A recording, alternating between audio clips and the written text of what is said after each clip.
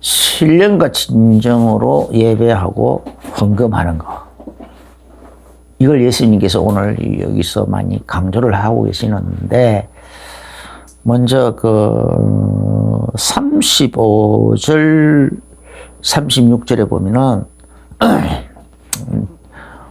지난주 부활에 대해서 설명하면서 시간이 없어가지고, 이 부분을 좀 빠뜨렸는데, 다시 한번 강조를 하면은, 잠깐 언급하고 넘어가겠습니다. 저 세상감이 죽은 자 가운데서 부활함을 얻기에 합당히 여김을 받는 자들은 장가가고 시집가는 일이 없으며, 이랬단 말이에요. 그런 일이 없다. 또 그들은 다시 죽을 수도 없나니, 다시 죽을 수도 없다. 이는 천사와 동등이고 부활의 자녀로서 하나님의 자녀임이니라. 이렇게 이 말을 다시 말하면은, 이 땅에서 우리의 삶이 진짜가 아니고 부활의 삶이 진짜라는 거예요. 부활의 삶이 진짜고 시집가고 장가가는 일이 없다 라는 말은, 부활한 그 부활한 사람들의 그 숫자로서 고착화된다라는 거예요. 거기서 자녀를 시집가고 장가가고 그래가지고 또 자녀를 생산하고 그렇게 하는 것이 없다 이 말이에요. 거기서 인구가 더 불어날 일도 없고 또 뭐냐면 죽는 일도 없다 그래. 다시 죽는 일도 없다. 인구가 불어날 일도 없고 인구가 줄어들 일도 없고 딱 그 숫자에서 고착화된다는 거예요. 그 숫자에서 고정이 딱 돼가지고 불어나지도 않고 줄어들지도 않고 죽지도 않고 또 늙지도 않고 병들지도 않고 그 상태를 그대로 간직하고 있다라는 거죠. 그러면은 이 부활은 두 가지 있다 그랬잖아요. 천국에서, 그러니까 생명의 부활로 나가서 천국에 들어가거나 심판의 부활로 나가서 영원한 지옥 불심판 속에 들어가거나 둘 중에 하나란 말이에요. 그래서 그 둘 중에 하나. 지옥에서도 그걸 둘째 사망 또 심판의 부활 이렇게까지 표현하는데, 그것은 그 지옥에서 죽고 싶어도 죽지도 않는다 그랬어요. 지옥 그 안에서 너무 고통스러우니까 제발 좀 죽었으면 좋겠다 싶어서 지옥에서 죽으려고 해도 안 죽어진다는 거예요. 거기서도 죽는 일이 없고, 저기 들어가 있으면 지옥의 그 숫자 그대로 딱 고정이 되는 거예요. 고정되고 고착화, 그 지옥에서의 그 삶의 형태를 바꿔보려고 해도 바꿀 기회가 다시는 없어요. 고착화되어 버린 거예요. 그 삶의 형태를 그대로 고착화된 거예요. 그럼 생명의 부활도 마찬가지예요. 우리는 이 땅에서 사는 동안에 우리가 각각 하나님 앞에 예배하고 하나님의 일을 위하여 헌신도 하고 또 하나님께 또 이것저것을 드리기도 하고, 그 모든 걸 하나님은 냉수 한 그릇이라도 그냥 헛되게 하지 않고 다 계산해가지고 하늘에서 이 상급으로 갚아주시겠다고 했단 말이에요. 그럼 우리가 이 땅에서 하나님 앞에 드린 거, 그죠? 이 땅에서 사는 동안에 우리가 하나님 앞에 드린 거, 우리가 하나님 앞에 믿음을 가지고 드린 거, 그것들이 전부 다 생명에 기록된 있는 대로 우리는 하늘에서 생명에 부활할 때에 더 나은 부활의 영광을 얻을 거냐, 약간 좀 희미한 부활의 영광을 얻을 거냐. 어떤 사람들은 부끄러운 구원은 받기는 받았는데 지옥 안 가고 구원을 받기는 받았는데 좀 부끄러운 상태, 벌거벗은 부끄러운 상태가 됐느냐 한다. 그렇게 됐는데 그 상태가 그대로, 거기서 내가 천국에 가서 좀 더 열심히 해가지고 내 삶의 형태를 좀 바꿔볼 수 있을까? 아주 희미한 구원, 희미한 부활의 영광, 아니면 좀 부끄러운 구원 그 상태, 그걸 좀 바꿔보려고 거기서 이것저것 막 노력한다고 해도 그 상태를 바꿀 수가 없다라는 거예요. 그 삶의 행태를. 그때 우리가 부활한 그 상태 그대로 이 땅 그냥 완전히 고정되고 고착화돼 버렸다는 거예요. 엄청난 거죠. 우리가 평소에는 전혀 생각하지 않고 있던 내용들이라. 그런데 우리가 이것을 미리 생각해가지고 지금도 생각해서 정말 히브리서 11장에 보면은 이 부활의 영광 중에서도 더 나은 부활의 영광을 위해서 그 죽는 것도 순교하는 것도 고문받는 것도 고난받는 것도 구차하게 매달려고 하지 않더라까지 했어요. 그 정도로까지 했다. 심지어 여기에 대한 믿음을 가지고 있던 어떤 사람은 옛날에 나 참 굉장히 그 은혜롭게 충격 속에서 읽은 책이 죽으면 죽으리라 하는 안희숙 여사의 글이란 말이에요. 일제시대 때에 신사참배 반대하다가 감옥에 갇혔는데 처녀의 몸으로서 감옥에 갇혔는데 그런데 이제 많은 목사님들이 순교를 다 하는데 나도 드디어 내가 하나님 앞에 드릴 것도 없고 제대로 그동안 내가 하나님께 제대로 드리지도 못했는데 뭐 드릴 것이 없어서 못 드렸는데 내 이 생명 하나님이 내 이 생명을 순교의 제물로 받으시는구나.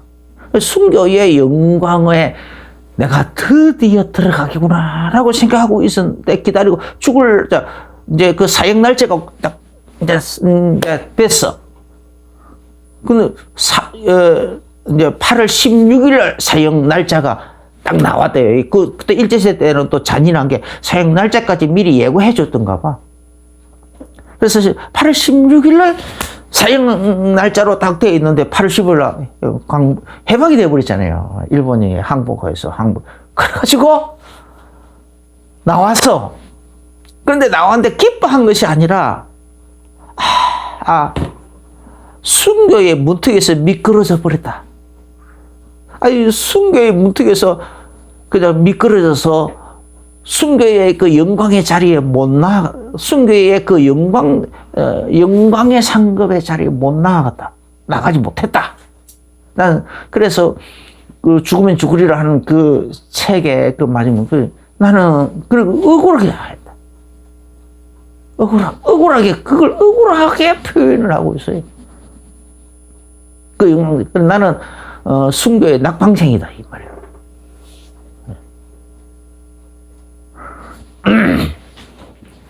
근데 이제 그 후속편으로 쓴 것이 또 죽으면 살리라 하는 것이 있는데 그게 뭐냐면 이제 그분이 나중에 이제 목사님 사모님이 되셔가지고 미국에서 목회를 하고 있어요. 그런데 암이 걸려가지고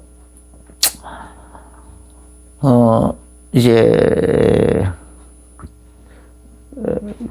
미국 병원에서 수술도 할 수 없고 너무 암이 많이 퍼져가지고 죽는다라는 거예요.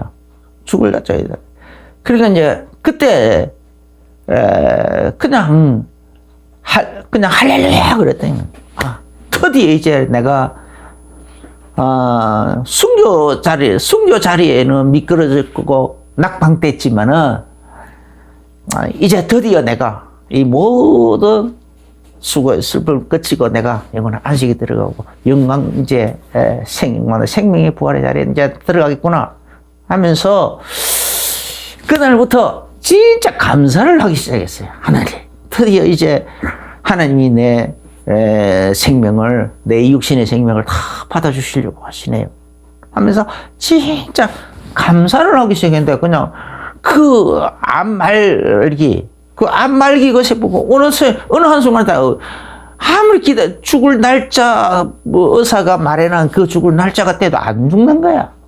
나중에 가서 검사를 해보니까 암세포가 다 없어져 버렸더래요.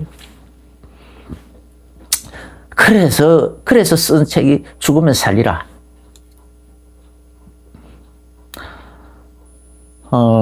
참 잘 표현하는 거죠. 그래서 히브리서 11장에 그 많은 정인들이 선지자들과 정인들이 생명의 부활의 약속을 가지고 있는데 자기 많은 것들을 가지고 하나님의 일을 위하여 하나님께 막 드리고 막 그렇게 다 했는데도 그것도 모자라 가지고 그 부활 중에서도 그 부활의 소망을 가지고 있으니까 그 부활 중에서도 좀 더 나은 부활의 영광, 더 빛나는 부활의 영광, 이걸 차지하기 위해서 고난받는 것을 그걸 고난받는 것을 무서워하지도 않고 부끄러워하지도 않고 오히려 영광스럽게 생각했다. 구차하게 매달리고 하지도 않다. 핑계 대가지고 막 이렇게 하고 숨어 다니고 비켜 다니고 그러지도 않더라는 거예요. 오히려 구차하게 매달리고 하지 않고 더 그냥 기쁨으로 나갔다. 심지어 이사야 선지자 같은 경우는 그냥 이 나무 판자떼기로 사람을 이렇게 이렇게 턱 묶고 놔놨고 톱으로 썰어서 죽였대요.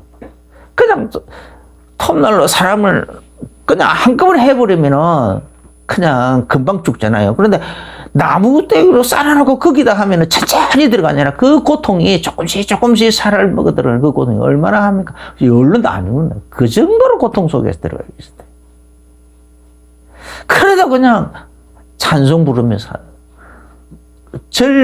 그런 걸 그냥 그대로. 우리가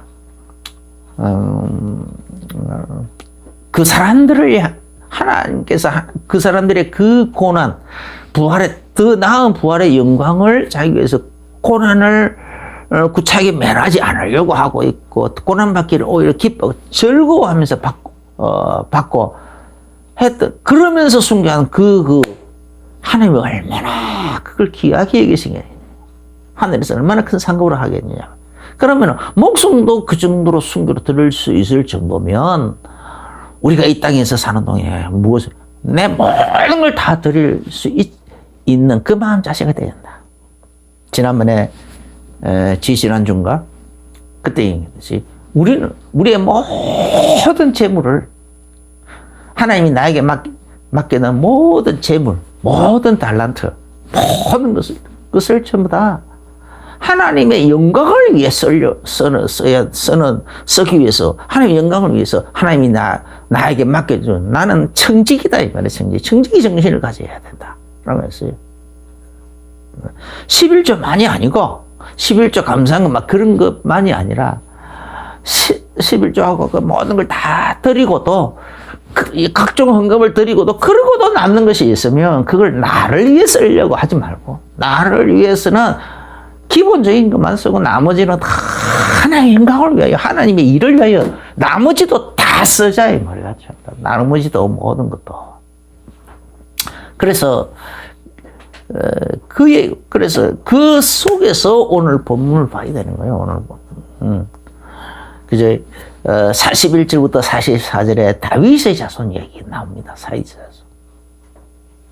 그럼 이 다윗의 자손 어째 자꾸 예수님을 다윗의 자손, 물론 다윗의 그 혈통, 그 왕가의 혈통에서 나와서요. 마태복음 1장에 보면은 예수님의 그 육신적 혈통으로는 다윗의 그 혈통을 통해서 온 게 맞아요. 그렇지만 다윗이 그 메시아를 다윗의 자손이라 하는데 다윗이 예수님을 보고 주라고 칭하였는데 어떻게 다윗의 자손이 되겠느냐. 예수님께서 그 말씀 하셨거든요. 그러면 이 다윗의 자손에 대한 그 언약은 어디냐. 사무엘하 7장에 있어요. 사무엘하 7장에. 오늘 이 부분. 그러면서 다윗이 하나님 앞에 나는 왕궁에 이렇게 화려하게 살고 있는데 하나님의 집은 천막이 아직도 있은즉 내가 부끄럽다. 죄송스럽다.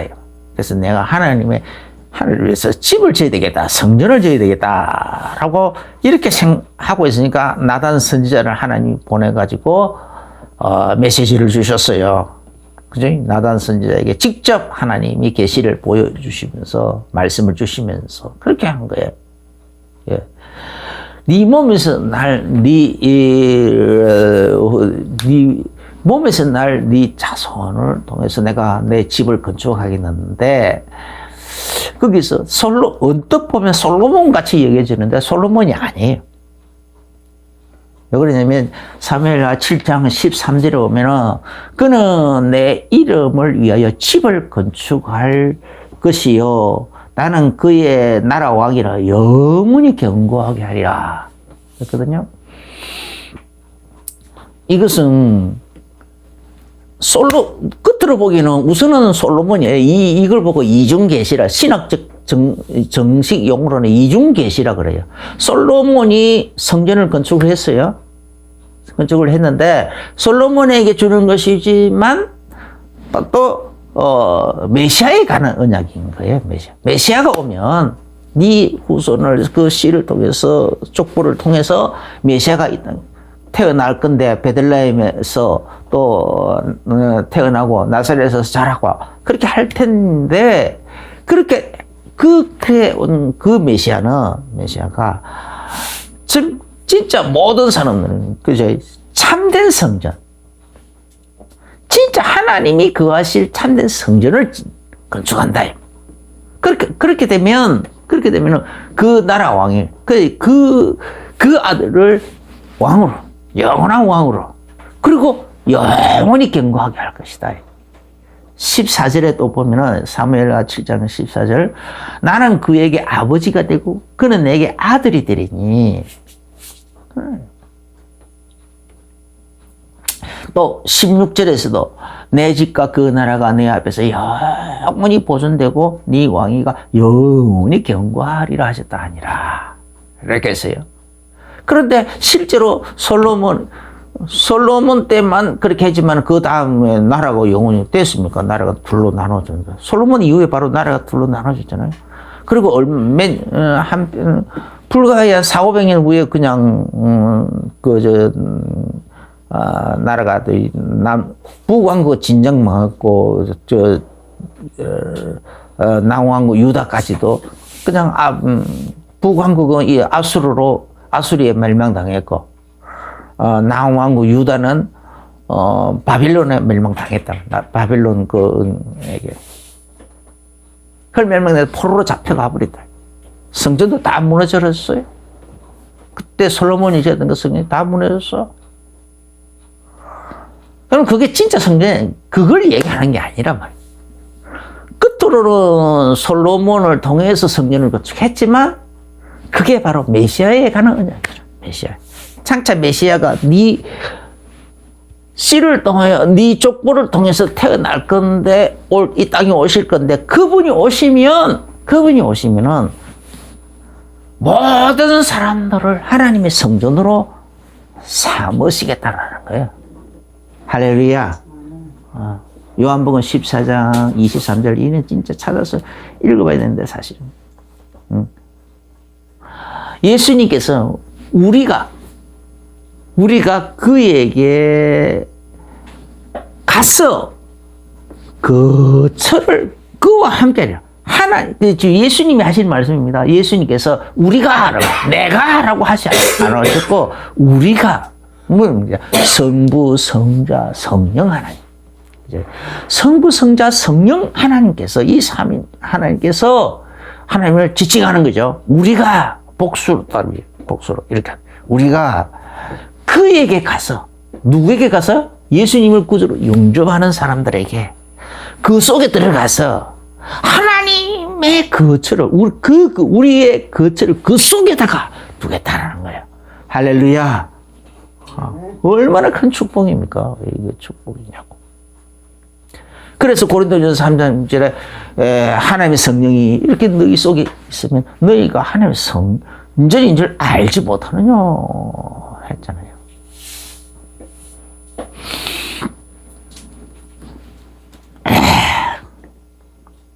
고린도 전서 3장에 보면은요. 고린도전서 3장에 보면은 9절에 너희는 하나님의 밭이요 하나님의 집이니라 이렇게 했다. 그러면서 이제 계속 사도 바울이 설명하는 게 뭐냐면은 내가 지혜로운 건축자와 같이 틀을 닦아두었다. 그래서 이 터가 뭐냐? 바로 그리스도다. 예수 그리스도. 그리스도라는 반석 위에 반석의 틀을 너희 마음밭에다가 네 인생 밭에다가 틀을 다 깎아두었다라는 거. 그렇다면 그럼 이제 너희들이 각각 나름대로 믿음대로 믿음의 분량대로 또 하나님이 주신 능력대로 가지고 집을 지으라는 거예요. 개인적으로 자기 집을 지으라는 거예요. 집을. 어떤 사람은 금을 가지고 짓고, 어떤 사람은 은을 가지고, 어떤 사람은 나무를 가지고, 어떤 사람은 돌로 가지고, 어떤 사람은 풀로 가지고 짓고. 각각 자기 나름대로 집을 지으라는 거죠. 그런데 마지막 때 하나님은 불로서 그것을 나타낼 것이다. 공양을 하는데 불타지 않고 그대로 있으면은 상을 영광의 상을 받을 거고 불타버리고 없으면은 구원을 얻기는 어때? 부끄러운 거. 불타고 없어버렸으니까 아무것도 없으니까 구원을 얻기는 얻는데 부끄러운 구원을 얻는다 라고 했어요. 말씀. 그래서 우리는 전부 다 예수 그리스도라는 예수 그리스도를 이 터 위에 우리 나름대로 이 집을 다 짓고 있다라. 각각 자기 집을 짓는데 하나님이 내 속에 거하실 수 있도록 정말 예수님의 요한복음 14장 23절 그 약속하신 바대로 하나님의 거처가 되어지도록 정말 성부, 성자, 성령님께서 내 속에 들어오셔서 내 속에다가 보좌를 펼치시고 나를 내 인생을 보살피고 다스리고 인도하고 역사하고 하나님의 능력으로 직접 하나님의 그 모든 것을 총동원하여 나를 인도하고 보살피고 다스리고 그렇게 하도록 내가 내 자신을 이렇게 하나님 앞에 탁 드리는데 뭘로 드릴 거냐 이 말이야. 뭘로 하나님 앞에 나를 드려서 하나님이 편안하게 거하시게 하게끔 마음 놓고 거하시게끔 하나님이 마음 놓고 일하시게끔 하실 거냐 이 말이에요. 그걸 생각하는 거죠. 그래서 그 각각의 집을 주는데 그것이 불로서 나타나는 것은 고난이잖아요. 고난을 상징하는 거죠. 그 시험의 날, 또 연난의 날. 그때도 불타지 않고 그대로 남아있으면 영광이 되는 것이고, 불타버리면 부끄러운 거. 불탔다고 해서 구원을 못 받는 건 아니란 말이에요. 이미 예수 그리스도를 이미 한번 구주로 영접한 사람은, 영접하고 예수 그리스도를 정말 나의 주인으로 모셨다면, 내가 이미 우리의 이름은 하늘나라 생명록에 기록이 되어 있어요. 생명록에 기록되어 있기 때문에 생명록에 기록되어 있는 사람은 지옥에 갈 수가 없어요. 지옥에는 누가 가느냐? 생명록에 기록되어 있지 않는 사람, 하나님의 이 생명록에 그 이름이 기록되어 있지 않는 사람이 다 지옥 심판의 부활 지옥에 유황 불모 속에 들어간다 그랬어요. 그러니까 그래서 에베소서 2장에 보면은 또 2장 22절에 보면은 너희도 성령 안에서 하나님이 거하실 처소가 되기 위하여 그리스도 예수 안에서 함께 지어져 가느니라. 그래서 우리 개개인마다 하나님의 처소, 성전이 다 돼 있지. 하나님이 거하시는 처소요, 성전이 다 돼 있지만은 또한 우리 모두가 다 연합되어졌어. 예수 그리스도께서 모퉁이 돌이시고, 또 사도들이 또 기초돌이 되고, 그리고 우리들 그 위에 하나 한 개의 벽돌처럼 연결되어져서 우리 모두가 연결되어져서 전체가 연합되어진 하나님의 성전으로 지어져 간다는 거예요. 할렐루야. 어마어마한 큰 비밀이고 축복이란 말이에요. 그러니까 이 사무엘하 7장은 사무엘하 7장에 이 나단 선지를 통해서 다윗에게 그 주신 그 언약은 바로 이런 성전을 이 성전을 우리 개개인에게 맡아 짓고 우리 모두를 연합시켜서 짓고 큰 하나님의 큰 성전, 큰 하나님의 종에 이런 성전을 지어갈 메시아가 이 땅에 오신다 이 말이에요. 이 땅에 오신다. 이 땅에 오시는데 누구를 그 약속, 그 그 언약이라면 그 언약. 그러니까 그분이 오시면 이제 우리 개개인이 전부 다 하나님 앞에서 신령과 진정으로 예배를 드릴 수 있다. 하나님은 내 하나님이 되고 나는 그분 앞에서 그의 아들이 되고. 그래서 하나님과 내가 직접적으로 이제는 그 어떤 것을 중간에 아무것도 중간에 뭐 제사장이나 뭔가 이렇게 막 하다 보다 요즘 또 신부까지 막 이상한 짓을 하는데 그런 것도 필요 없이 하나님하고 나하고 1대1로 다이렉트로 만난다 이 말이에요. 만나서 누리고 응답도 받고 또 교제도 하고 또 그분을 섬기기도 하고 할렐루야. 그분을 바로 뭐 찬양하기도 하고 찬미하기도 하고 모든 걸 다 할 수 있다.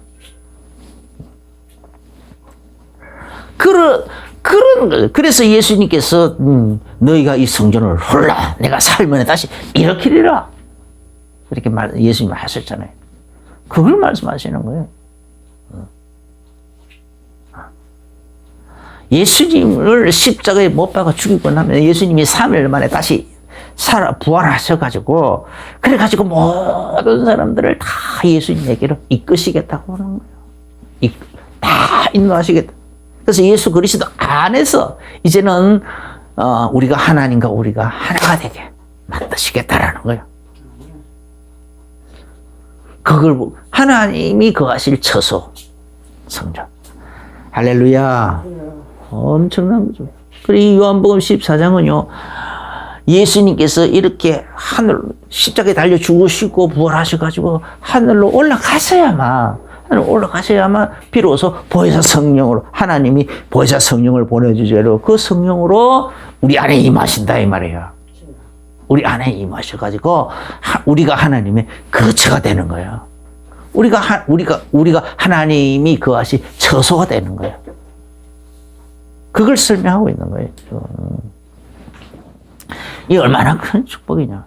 그런데 이것을요, 이스라엘의 지도자들, 소위 똑똑하다는 서기관들도 모르고 있고, 열심히 하나님 섬긴다는 바리새인들도 모르고, 하나님의 일에 중심적인 역할을 하고 있는 지도자가 이 일을 하고 있는 대제사장도 몰라. 그런데 완전히 버림받고 무시당하고 멸시당하고 있는 사마리아 수가성 이 우물가에 있는 이 여인은 알아. 이 여인은 그 알고 신앙곡을 한다니까요. 요한복음 4장 25절에 메시아 곧 그리스도라 하시는 이가 오실 줄을 알고 있는데 그분이 오시면 이 신령과 진정으로 예배하는 거, 이 때를 열어주실 것이고, 그리고 거기에 대한 자세한 것을 우리에게 다 알려주실 것을 내가 알고 있습니다. 라고 신앙 고백을 하고 있다니까. 할렐루야. 어쩜 이 비밀. 그러니까 내가 니한테 말하고 있는 내가 바로 그 메시아, 오리란 그 메시아, 그리스도다. 그렇게 직접 하시잖아요. 그걸 얘기하는 거예요.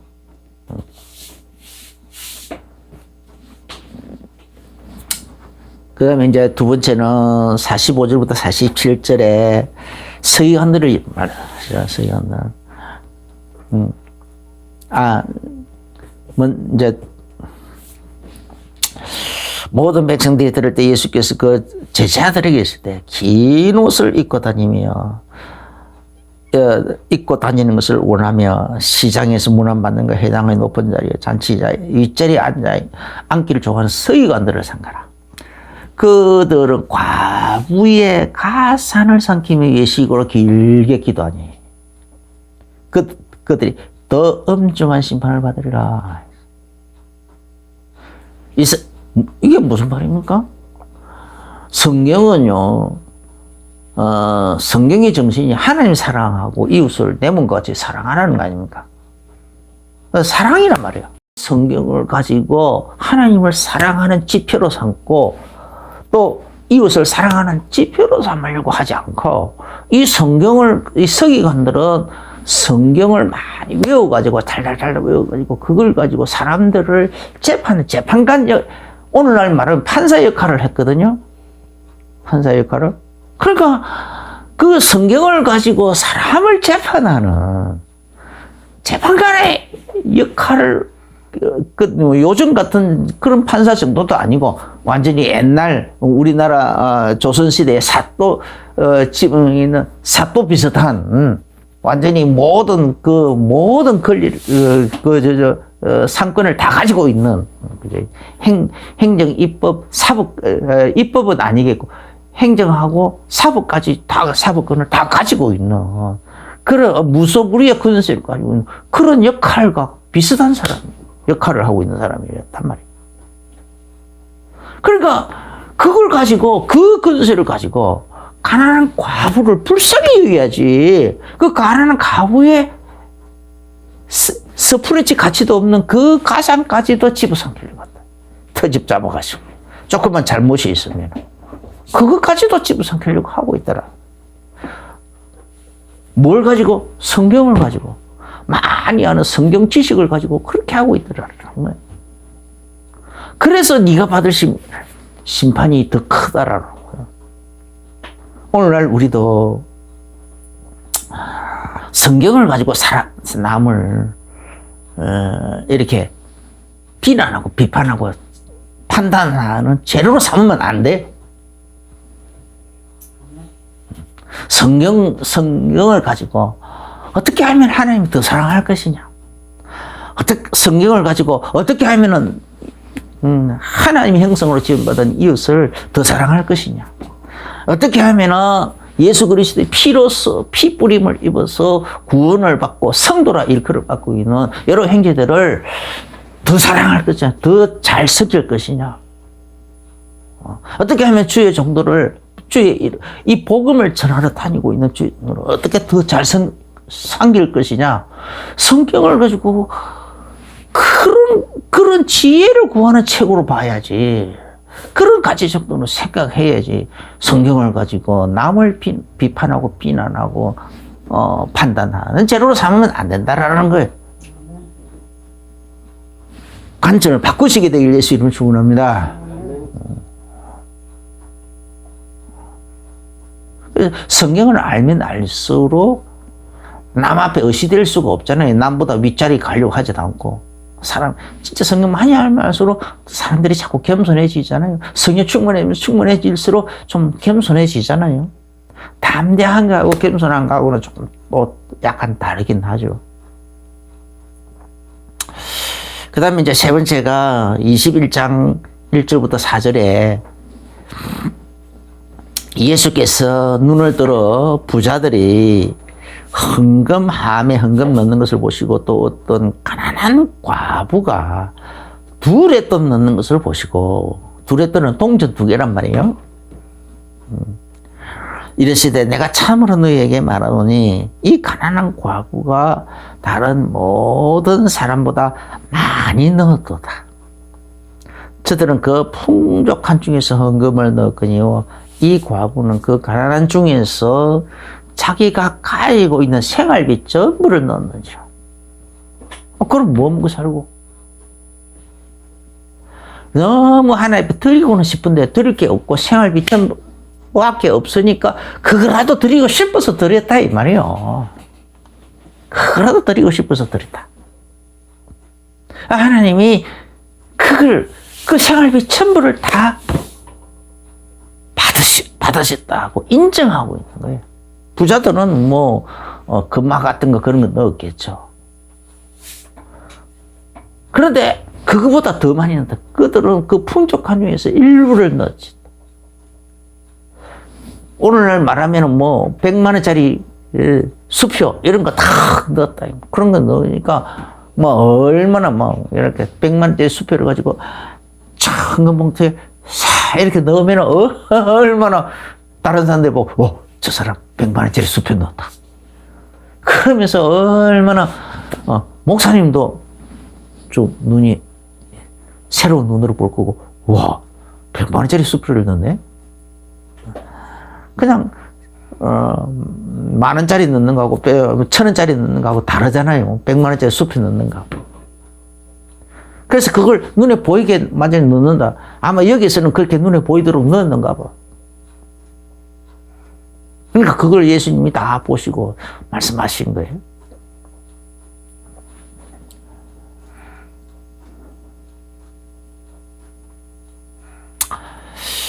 이 가부는 둘의 돈은 그날 하루 자기 생활비라. 하루하루의 생활비인데 그날 하루 너무 여유로 돈을 가지고 헌금하려고 하면 평생 가도 못할 것 같으니까 마음이 답답해서 내가 하루 굶어야지. 굶고 내 하루치 이 생활비를 오늘 내가 헌금을 하고 말이라. 그러니까 하루 굶고 딱 금식을 작정을 하고 그리고는 그 돈을 드렸다 이 말이에요. 헌금을 할 돈이 둘의 돈밖에 없는데 그게 오늘 하루 생활비라 하네. 오늘 하루 생활비. 이걸 넣어버리고 나면은 오늘 하루 종일 굶어야 되는 거예요. 그냥 뭔가 내 자신을 경건하게 어떤 구별하기 위해서 여유가 있는 중에 금식한 그 생활비를 하루치 생활비를 넣는 거하고 차원이 다른 얘기였죠. 차원이 다른 얘기. 이 사람 없어서 없는 중에 몽땅 넣는 거예요. 없는 중에 생활비밖에 하루치 생활비밖에 없는데 그 생활비를 몽땅 다 집어넣은 거란 말이에요. 차원이 다른 얘기잖아요. 그래서 우리가 몽땅 다 그러다 보니까 성령을 받은 초대교회 성도님들이 그런 자세로 하나님을 이렇게 그렇게 하나님 앞에 그런 신령과 진정을 하나님 앞에 나아가다 보니까 막 자기 재산을 다 내놓잖아요. 그리고 온 성도들이 다 내놓고는 다 자기 것을 하지 않고 다 같이 공유를 했다. 그렇게 됐다. 만약에 그래서 이제 우리가 천국에 가보면 부자들은 많이 황당한 경우가 참 많을 거예요. 왜냐하면 내가 헌금을 엄청나게 많이 했는데 정말 수십억, 수백억을 했는데 막 교회당도 크게 짓고 그렇게 했는데 천국에 가보니까 받을 상이 쬐끔밖에 안 되고 분량. 또 옆에 저 가난한 사람은 너무너무 드릴 게 없어서 이 과부 같은 이런 사람들 요 성에 나오는 가난한 이 과부 같은 사람들 너무너무 드릴 게 없었어. 그냥 하루 굶어가면서 딱 하루치 생활비가 생겼는데 이걸 가지고 하나님 앞에 너무 드리고 싶어서 그냥 몽땅 드려버리고 하루를 먹을 게 없어서 쫄쫄 굶었다. 그랬더니 하나님이 그 생활비 전체를 받으셔서 하늘나라에서 엄청난 상급으로 다 준비하고 있다. 그러니까 아이고 천국 가서는 어마어마한 상급을 안겨주니까 이 과부 입장에서는 너무 황당해 할 거란 말이야. 내가 드린 거 둘의 돈만 동전 2개밖에 없는데 둘의 돈밖에 없었는데 아니 나한테 이렇게 큰 상급을 하늘의 저축은 어마어마하게 돼 있다. 이게 도대체 막 의안이 벙벙해 할 거예요. 이렇게 황당해 할 부자도 많을 거고 가난한 가부처럼 하늘에서 난데없이 너무 큰 상급을 안겨주니까 의안이 벙벙해 할 이런 사람들도 많을 거고 그런 경우들이 많이 있을 거라고. 하나님은 우리에게 끝으로 드러난 것을 따지지 않고 이렇게 신령과 진정으로 예배도 하고 신령과 진정으로 정말 하나님을 내 안에 모시고 그리고 정말 나의 주인으로 나의 왕으로 나의 참선제로 모시고 그분과 함께 살고 더불어 살고 누리면서 사는 그런 신앙생활 그리고 신령과 진정으로 헌금도 하고 힘을 다해서 헌금도 하고 하나님의 일에 헌신도 하고 봉사도 하고 하나님의 일을 위하여 또 달란트들을 드리기도 하고 오늘 이런 메시지를 우리가 받았습니다. 하나님이 원하시는 이런 일에 우리의 이런 방향으로 우리의 생각의 관점을 또 가치 기준을 바꾸시게 되길 예수 이름으로 축원합니다. 그래서 하나님의 은혜를 더 나날이 풍성하게 누리게 되시길 예수 이름으로 축원합니다. 기도하겠습니다. 주 예수님 감사합니다. 오늘 우리들에게 신령과 진정으로 예배도 하고 헌금도 하고 신앙생활도 하고 하는 이 비밀을 우리가 비밀의 말씀, 비밀이 포함된 말씀을 받았습니다.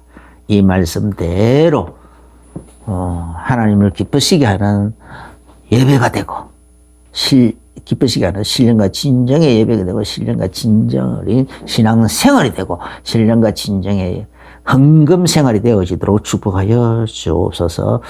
이제는 우리 주 예수 그리스도의 크신 은혜와 하나님 우리 아버지의 지극하신 사랑하심과 성령님의 내주인도 교통 충만하신 그 은혜가 오늘 말씀을 받으면서 아멘으로 하다보며 마음의 중요한 결론과 결단을 내리며 나가는 모든 성도들에게 이제로부터 영원까지 항상 함께 계실지어다. 아멘 아멘.